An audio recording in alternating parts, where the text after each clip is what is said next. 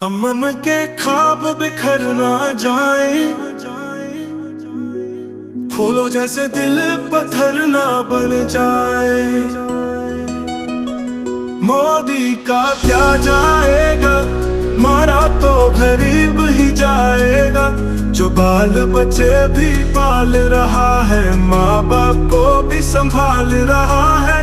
कई लोगों का सहारा है, सब अपनों को प्यारा है।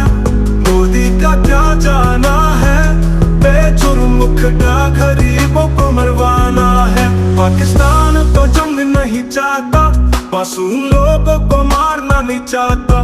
लेकिन अगर जंग थोपी गई, फिर मिट्टी में फूलों को मिलाया जाएगा।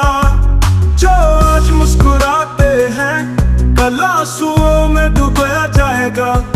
लाखों घर जग जाएंगे, सपने बिखर जाएंगे। मजलूम का लहू फिर सड़कों पे बहा दिया जाएगा। मोदी का क्या जाएगा, मारा तो गरीब ही जाएगा। जो बाल बच्चे भी पाल रहा है, माँ बाप को भी संभाल रहा है।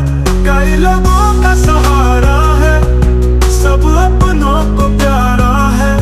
मोदी का क्या जाना है, बेजुर्म खड़ा गरीबों को मरवाना है।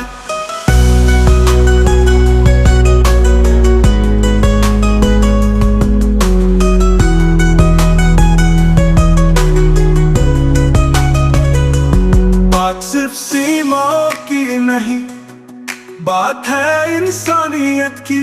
जो जंग लगेगी, हर गली में खौफ छा जाएगा।